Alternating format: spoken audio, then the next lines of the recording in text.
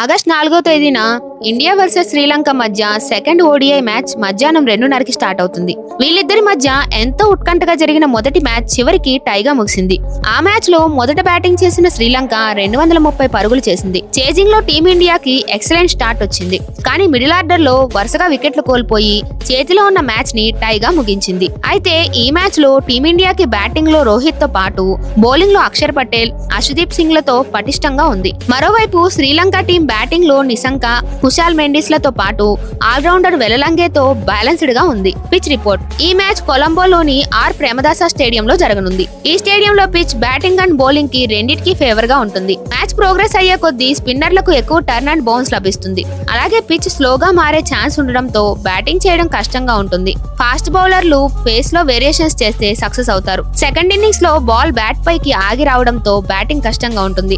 ఇప్పటి వరకు ఈ గ్రౌండ్ లో 63 ఓడిఐ మ్యాచ్లు జరిగాయి. అందులో ఫస్ట్ బ్యాటింగ్ చేసిన టీం 36 సార్లు గెలిస్తే సెకండ్ బ్యాటింగ్ చేసిన టీం 26 సార్లు గెలిచింది. లాస్ట్ 10 మ్యాచ్ల్లో 3 సార్లు మాత్రమే చేజింగ్ చేసిన టీం గెలిచింది. యావరేజ్ ఫస్ట్ ఇన్నింగ్స్ స్కోర్ 256 ఉంటే యావరేజ్ సెకండ్ ఇన్నింగ్స్ స్కోర్ 205 గా ఉంది. స్టాట్స్ పరంగా చూసుకుంటే టాస్ గెలిచిన టీం మొదట బ్యాటింగ్ చేసే అవకాశం ఉంది. రెండు టీమ్స్ యొక్క హెడ్ టు హెడ్ స్టాట్స్ చూసుకుంటే ఇప్పటి వరకు రెండు టీమ్స్ వన్డేల్లో 169 సార్లు తలపడ్డాయి. అందులో ఇండియా టీం 99 సార్లు గెలిస్తే శ్రీలంక టీం కేవలం 57 సార్లు మాత్రమే గెలిచింది. స్టాట్స్ బట్టి చూస్తే ఇండియా టీం కి ఫుల్ గా ఎడ్జ్ కనిపిస్తుంది. రెండు టీమ్స్ యొక్క ప్లేయింగ్ 11 ఎలా ఉండబోతుందో చూద్దాం. ఇండియా ప్లేయింగ్ 11: ఓపెనర్లుగా రోహిత్ శర్మ, శుభ్మన్ గిల్ బరిలోకి దిగుతారు. ఆ తర్వాత నెంబర్ 3 లో విరాట్ కోహ్లీ, నెంబర్ 4 లో శ్రేయస్ అయ్యర్, నెంబర్ 5 లో కేఎల్ రాహుల్, నెంబర్ 6 లో శివం దుబే, నెంబర్ 7 లో అక్షర్ పటేల్, నెంబర్ 8 లో వాషింగ్టన్ సుందర్, నెంబర్ 9 లో కుల్దీప్ యాదవ్, నెంబర్ 10 లో అర్షదీప్ సింగ్, నెంబర్ 11 లో మొహమ్మద్ సిరాజ్ బరిలోకి దిగుతారు. శ్రీలంక ప్లేయింగ్ 11: ఓపెనర్లుగా పాతుమ్ నిశంక,